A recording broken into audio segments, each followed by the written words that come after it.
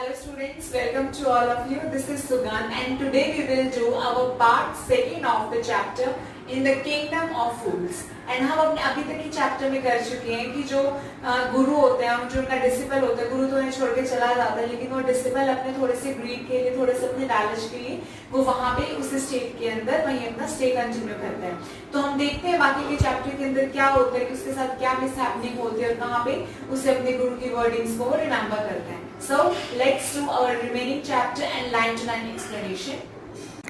Who is this rich merchant who kept you from finishing this poor woman's jewelry, made her walk up and down, which distracted this bricklayer, which made a mess of his wall, which कि ऐसा rich merchant, ऐसा rich व्यापारी कौन है जिसने कि इस poor women की ज्वेलरी को बनने से उसने टाइम लगा, उसे डिले हुआ एंड इसकी वजह से उसने बार बार चक्कर काटे, जिसकी वजह से ब्रिक लेयर की जो माइंड था वो डिस्ट्रैक्ट हो गया एंड जिसकी वजह से दीवार बनाने में गड़बड़ हुई. Which has now fallen on an innocent man, और अब एक ये बेचारे से इंसान के ऊपर गिर गई और उसकी डेथ हो गई. कैन यू नेम हिम, तुम बता सकते हो कि उस रिच मर्चेंट का नेम क्या है.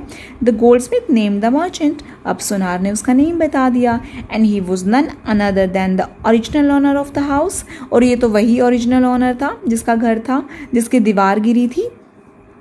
Now justice had come full circle, अब न्याय को ढूंढते ढूंढते पूरा का पूरा एक सर्कल बन चुका था, क्योंकि जहां से बात स्टार्ट हुई थी घूम के वहीं आ गई थी. Thought the king back to the merchant, अब फिर से राजा उस मर्चेंट के बारे में सोचने लग गया.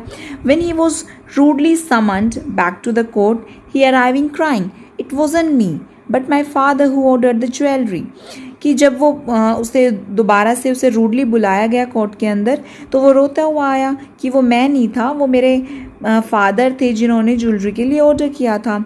ही इज़ डेड, वो तो ऑलरेडी उनकी डेथ हो चुकी है. आई एम इनोसेंट, और मैं तो बहुत ज़्यादा इनोसेंट हूँ, मेरी कोई गलती थोड़ी है. But the king consulted his minister and rule decisively, but जो किंग था उन्होंने अपने मिनिस्टर से, अपने मंत्रियों के साथ उन्होंने कंसल्ट किया और उन्होंने बहुत ज़्यादा दृढ़ता से एक रूल पास किया. It's true your father is the true murderer, हमें पता है कि तुम्हारे जो पिताश्री हैं वही एक्चुअल में उन्होंने ही, उनकी वजह से इसकी डेथ हुई है. ही इज़ डेड, वो ऑलरेडी मर चुके हैं. But somebody must be punished in his place, लेकिन अब यहाँ पे किसी न किसी इंसान को तो पनिश करना ही पड़ेगा. You have inherited everything from that criminal father of yours, तुम्हें अपने पापा से, अपने पिताश्री से विरासत में सारी की सारी चीज़ें मिली हुई हैं. हिज रिचेज, उनकी सारी की सारी जो धन दौलत वो भी, as well as his sins, और तुम्हारे पाप भी, सारी की सारी चीज़ें तुमने अपने पिताश्री से विरासत में मिली है. आई न्यू एट वंस, मैं जानता हूँ एक बार. Even when I first set eyes on you, जब मैंने तुम्हें देखा था, दैट वो you were at the root of his horrible crime, मुझे ऐसे लगा था कि शायद इस बहुत ज़्यादा क्राइम के पीछे तुम्हारा ही हाथ है. यू मस्ट डाई, इसलिए तुम्हें तो मरना पड़ेगा.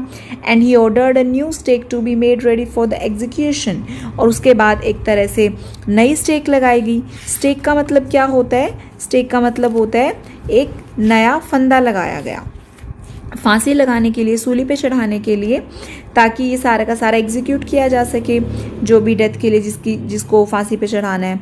As a servants sharpened the stake and got it ready for the final impaling of the criminal, जैसे कि उसे वो सब तैयार कर रहे थे उस दांव पे चढ़ाने के लिए, उसको वहाँ पे चढ़ाने के लिए, क्रिमिनल को फाइनली फांसी पे चढ़ाने के लिए. It occurred to the minister that the rich merchant was somehow too thin to be properly executed on the stake.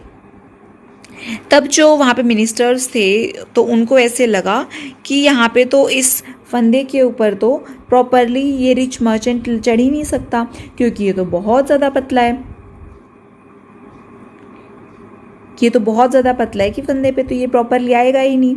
He appeal to the king's common sense, the king too worried about it, तो वो ऐसे बिल्कुल यहाँ से पता चलता है कि जो राजा था उसकी कॉमन सेंस कैसी थी. अब जो राजा था वो भी चिंतित हो गया कि ये तो इसके साइज़ की है ही नहीं. व्हाट शैल वी डू, अब हम क्या करें.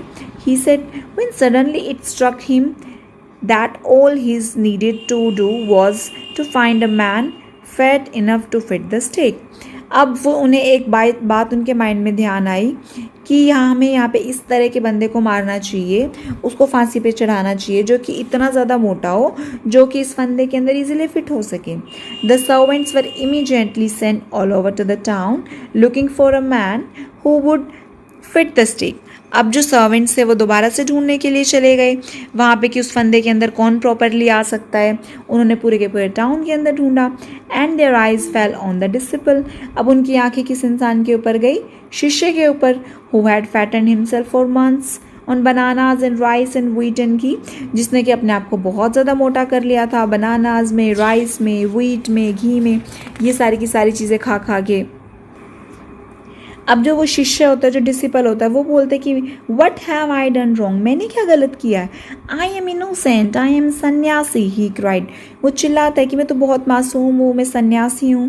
That may be true but it's a royal decree that we should find a man fat enough to fit the stake.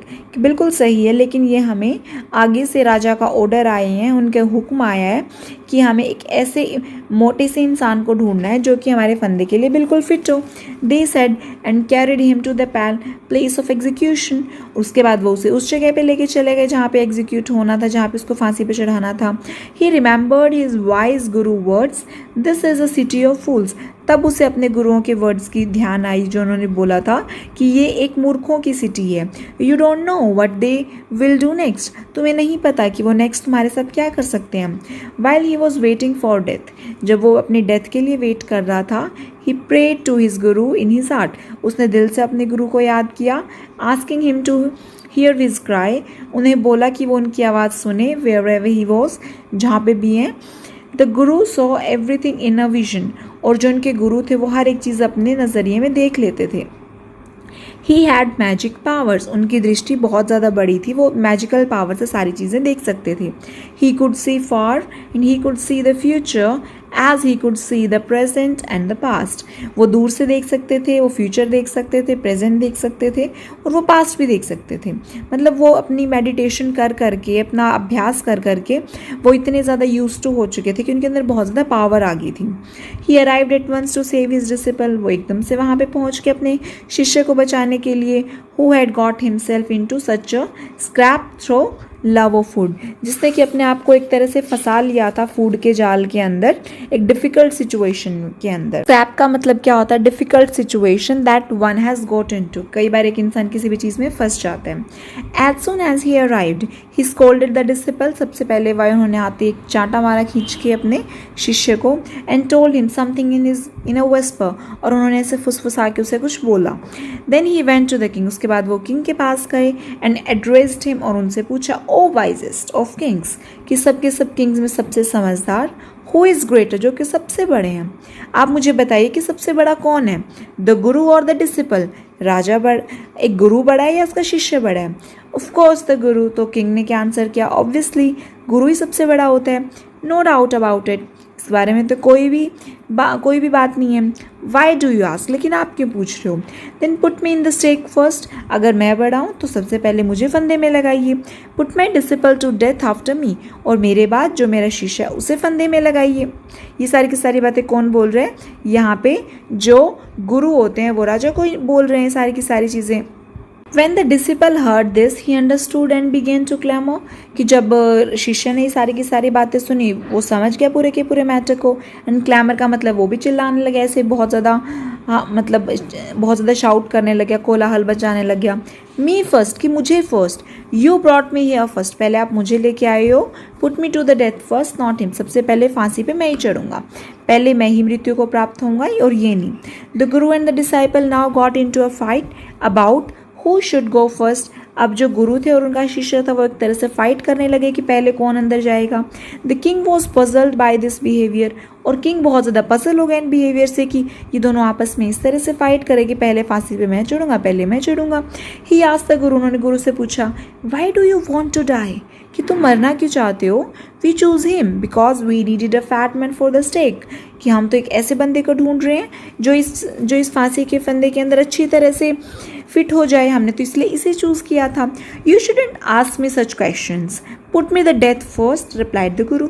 गुरु ने बोला, मुझसे ऐसे क्वेश्चंस मत पूछो, बस मुझे पहले डेथ पे मुझे अपनी डेथ दिलवा दो, मुझे पहले मरना है. Why? There is some mystery here. As a wise man, you must make me understand.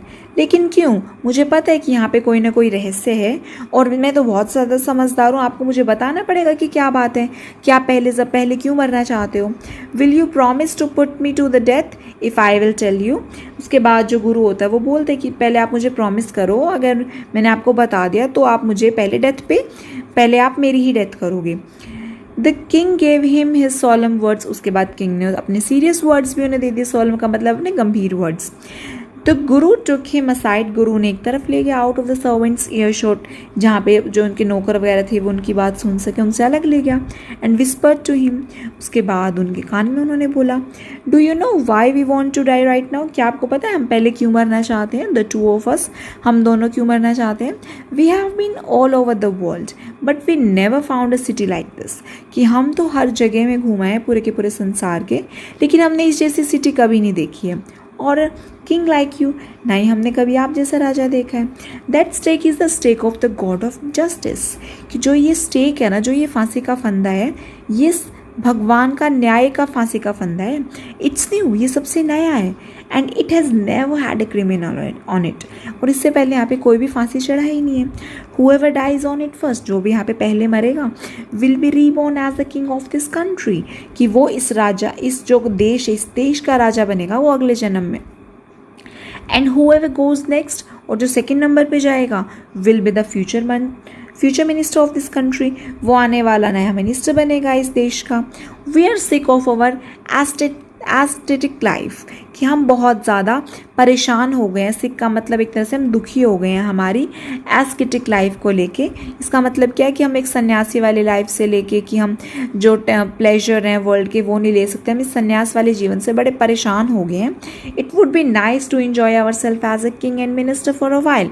और अब हमारा मन कर रहा है कि हम एक किंग की तरह बॉर्न हो, हम एक मिनिस्टर की तरह राज करें, हम रूल करना चाहते हैं. No keep your word. अब आप अपने वर्डिंग्स को याद रखो. My lord and put us to the death. और सबसे पहले आप मुझे डेथ दे दो. Me first remember. आपको याद है ना, आपने मुझे बोला था कि आप पहले मुझे ही मारोगे. The king was now thrown into a deep thought. अब तो राजा और ज़्यादा सोचने लगा. He didn't want to lose the kingdom to someone else in the next round of life. वो बिल्कुल भी नहीं चाहता था कि अगले जन्म में उसका साम्राज्य कोई और ले. ही नीडेड टाइम, और उसे टाइम चाहिए था. So he order the execution postponed to the next day and talked in a secret with his minister. अब उसने क्या किया, उसने जो ये डेट थी उसको थोड़ा सा पोस्टपोन कर दिया और अपने मिनिस्टर से, मंत्रियों से बात करने लग गया वो सीक्रेट में. It's not right for us to give over the kingdom to others in the next life. कि जो साम्राज्य हमारा है, जो किंगडम हमारा है, हम किसी दूसरे बंदे को नहीं देना चाहते नेक्स्ट लाइफ के अंदर. Let's go on the stake ourselves. इससे बेटर यही है कि हम सबसे पहले फांसी के फंदे में खुद ही चढ़े and will born as a king. और फिर हम एक राजा की तरह जन्म लें और मिनिस्टर्स की तरह जन्म लें दोबारा. Holi man do not lies.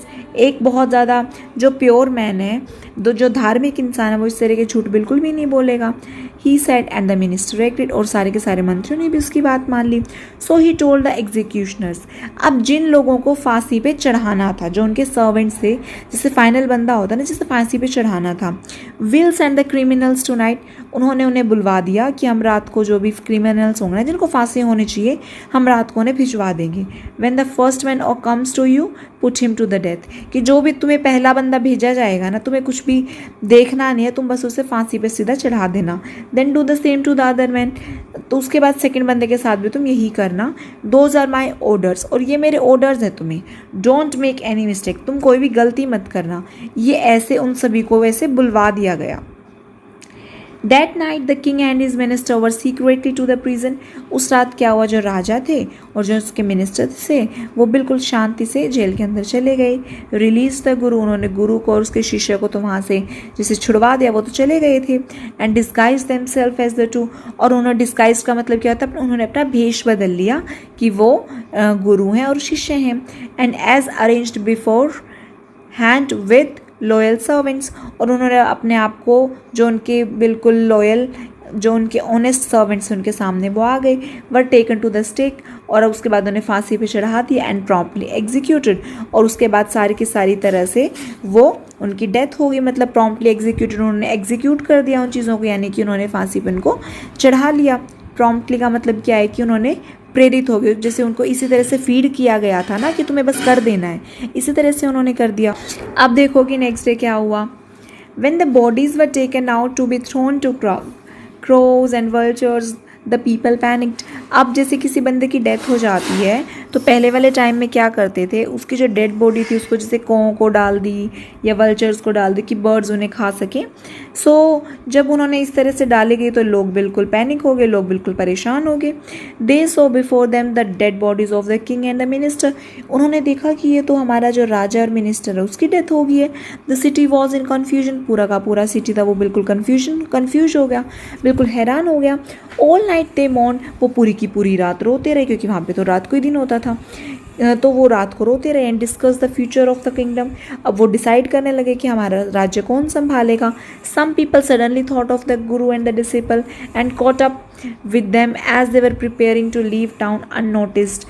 अब वो उन्होंने क्या किया, उन्होंने सोचा कि गुरु और जो उसका शिष्य था उन्हें ही हम राजा और मिनिस्टर बनाना चाहिए।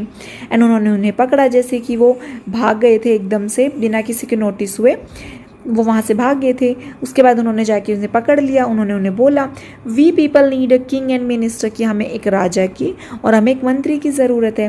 किसी ने बोला, अदर्स एग्रीड, बाकी सब तो मान गए थे लोग भी, हाँ कि भाई सही है ये बहुत ज़्यादा बंदे। दे बैक द गुरु। उन्होंने गुरु को बहुत ज़्यादा जैसे मनाया, बहुत ज़्यादा उसको बैक किया। And the disciple to be their king, और इसी तरह से जो उसका शिष्य था उसको भी बहुत मनाया और कि उनका मंत्री बन जाए। It didn't take many arguments to persuade the disciple. अब जो शिष्य था उसको तो मानने में टाइम लगा नहीं, वो तो बिल्कुल तैयार था कि हाँ उसको मंत्री बना दो।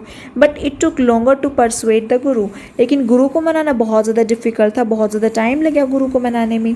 दे finally agreed to rule the kingdom of the foolish king and the silly minister. अब वो फाइनली वो मान गए कि वो रूल करेंगे, अब से वही उनका शासक बनेंगे, राजा बनेंगे उस साम्राज्य का जो जिसके के अंदर एक बहुत ज़्यादा बेवकूफ़ राजा और मंत्री होते थे। ऑन द कंडीशन दैट, इस कंडीशन के ऊपर कि वो पहले वाले सारे के सारे रूल्स को चेंज कर देंगे, कि उन्होंने जैसे लोगों के सामने कंडीशन लगाई कि हम बन तो जाएंगे लेकिन हम पहले वाले सारे रूल्स को चेंज कर देंगे। From then on night would be again be night. उसके बाद रात थी वो दोबारा रात कंसीडर की गई, जो दिन थे वो दोबारा दिन कंसीडर किए गए। And you could get nothing from for a duddu. और अब आप एक डुडू में सिर्फ और सिर्फ सारी की सारी चीज़ें नहीं खरीद सकते थे। It became like any other place. और जैसे कि सभी के सभी राज्यों में होता था, इसी तरह से वहाँ पे भी सारे के सारे रूल्स एंड रेगुलेशंस इसी तरह से फॉलो होने लगे। सो स्टूडेंट्स, ये स्टोरी यहाँ पर यहीं तक थी। और ये एक कनाडा फोकटेक, मतलब एक कन्नड़ लैंग्वेज के अंदर जो लोक कथाएँ होती है वहाँ से ली गई है। और लिखी किसने है, ये A.K. रामानुजन ने अपनी जो लोक कथाएँ हैं इंडिया की वहाँ से ली गई है। So students, I hope आपको यहाँ तक का चैप्टर अच्छी तरह से समझ में आया होगा। But if you have any doubt or any query, then you can directly comment in the comment section. Thank you very much. Have a beautiful day.